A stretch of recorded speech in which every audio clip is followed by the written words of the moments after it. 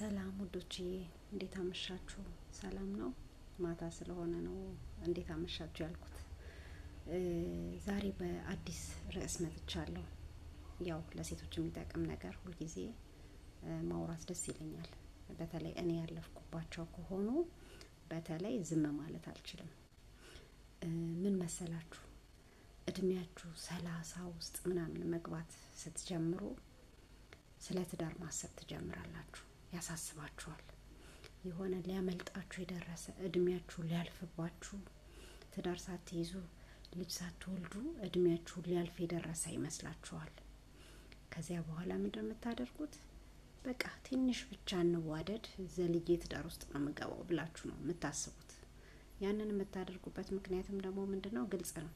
ቤተሰብ አግቡ አግቡ ይላችሁ ይሆናል ወይ እናንተ ጓደኞች አግብተው ወልደው ስታዩ ቅናት ቢጤ ተሰምቷችሁ ሊሆን ይችላል። እኔ ብቻ ቀረው፣ እኔ ምን ጎደለብኝና ነው እነሱ አግብተው እነሱ ወልደው እኔ ሳላገባ ሳልወልድ የቀረሁት ምንድነው? በምን ምክንያት ነው? ስለዚህ ማግባት አለብኝ፣ መውለድ አለብኝ። በቃ በጣም ደስ የሚል ነገር ማግባትና መውለድ ኢንጆይ የምናደርገው ነገር ይመስለናል። ለዛም ጭምር እንጣደፋለን ማለት ነው። ነገር ግን ይዞት የሚመጣውን መዘዝ ከመናገሬ በፊት ይሄ ማግባታችን ምንን የሚቀርፍልን ይመስለናል መሰላችሁ?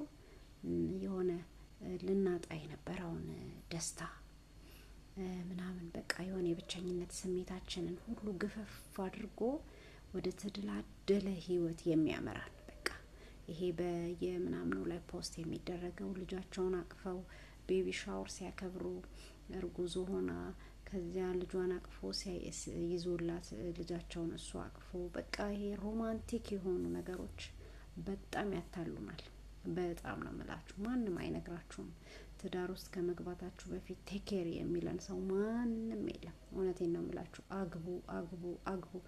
እንዴ እናቶቻችን ጭምር ለምን እንደዛ እንደሚያጣድፉን አይገባኝም። ምክንያቱም እነሱም በርናውት እያደረጉ ያሉበትን ህይወት ሳይጠነቀቁ ገብተው ሰምታይምስ የሚማታ ባል አለ።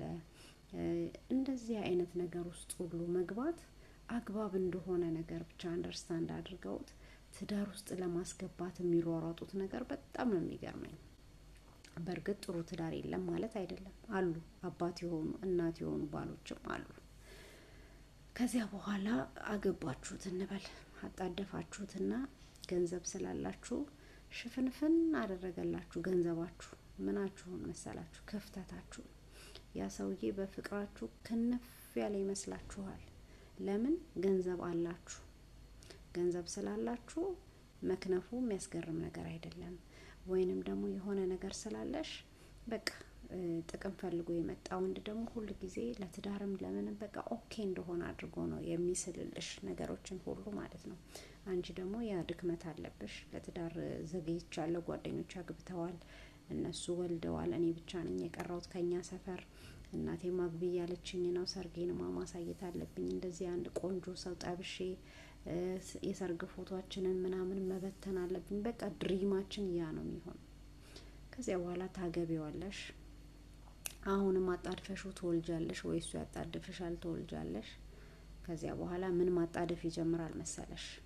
አንደኛ ኑሮ በራሱ ቻይ ካልሆንሽ፣ ቶለሬት የማድረግ ችሎታ ከሌለሽ፣ ማቹርድ ካልሆንሽ ኑሮ በራሱ ሰፈር እንድታደርጊ ያደርጋል። ግልጽ ነው ይሄ። ብዙ ባለትዳሮች አይነግሩንም ይሄንን። ትዳር ቆንጆ ነው፣ ትዳር የተባረከ ነው። እኔ የተባረከ አይደለም እያልኩኝ አይደለም፣ ግን ሴቷ በጣም ማቹርድ መሆን አለባት፣ መብሰል አለባት፣ መረጋጋት አለባት ትዳር ውስጥ ከመግባቷ በፊት።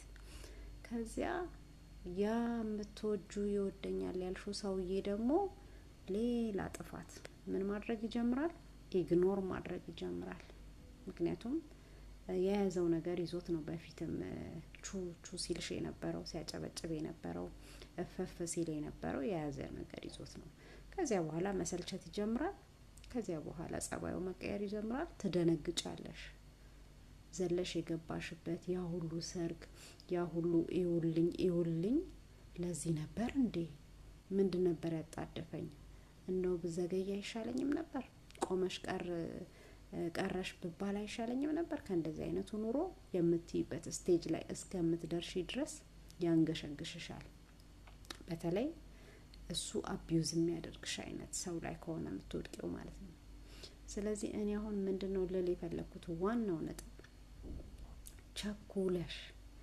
ቸኩለሽ አይደለም ተረጋግተሽ ራሱ አሁን ላይ ትክክለኛ ሰው አግኝቶ ወደ ትዳር መግባት በጣም ከባድ ጊዜ ነው። እውነቴን ነው የምልሽ፣ በጣም ከባድ ጊዜ ነው። በብዙ ነገር ፈትነሽው ጥሩ ነው ያልሽው ሰው ራሱ ትዳር ውስጥ ከገባሽ በኋላ ጥሩ ያልሆነ ባህሪዎች ሲያሳይሽ ታያለሽ። በእርግጥ ነው ፍጹም ያልሆነን ሰዎች ሁልጊዜ ስህተት እንሰራለን፣ መልአክ አይደለንም፣ ስህተት እንሰራለን።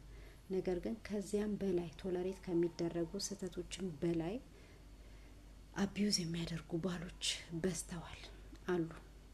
ስለዚህ እዛ ነገር ውስጥ ከመግባትሽ በፊት እህቴ ወይ እንደው ቆመሽ ቀረሽ ብትባይ ይሻልሻል። ጓደኞቼ አግብተዋል ብለሽ እንዳታገቢ። ጓደኞቼ በሰርግ አገቡ፣ ጓደኞቼ ወለዱ፣ ቤቢ ሻወራቸው የነሱን እየበላው የነሱን እየጠጣው የነሱን ሰርግ እንደዚህ ሆኜ ስላለች ማዘር ዘለሽ ትዳር ውስጥ እንዳትገቢ፣ እንዳታጣድፊው።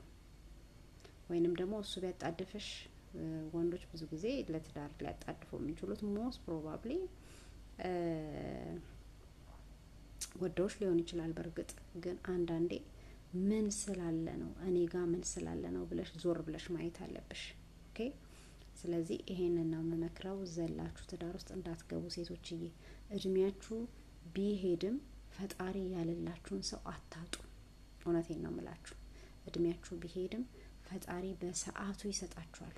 ውለዱም ካለ በምትወልዱበት እድሜ ላይ እንድትወልዱ ያደርጋችኋል። ከዚህ ውጪ ትዳር ውስጥም ሆነው እኮ ልጅ ላይ ወልዱ ይችላሉ። ስለዚህ እዛ ጋር አገኛለሁ ብለሽ ያልሽውን ደስታ ህይወትሽን ሙሉ ከሚያመሰቃቀልብሽ ሲንግል ሆነሽ ራስሽን አረጋግተሽ ቁጭ ብለሽ ፈጣሪ ያለልሽን ተረጋግተሽ ሰከን ብለሽ አጥንተሽ ጥሩ የሚባለውን ሰው ፒክ አድርጊ። እስከዛ ድረስ ራስሽን አቅበሽ በሰላም በደስታ መኖር ይሻልሻል፣ ራስሽን ሳትበጠብጪ። ለምን ሁለተኛ እድል አይሰጥሽም። የተበላሸ ትዳር ሁለተኛ እድል ለማግኘት በጣም ከባድ ነው። ስለዚህ አሁን ጊዜ ያለሽ፣ አስቢበት፣ ተረጋግተሽ የትዳር አጋርሽን ምረጪ። በችኮላ ዘለሽ እንዳትገቢ ነው ምልሽ። የዛሬው መልእክት ይሄ ነው። መልካም ጊዜ። ባይ ባይ።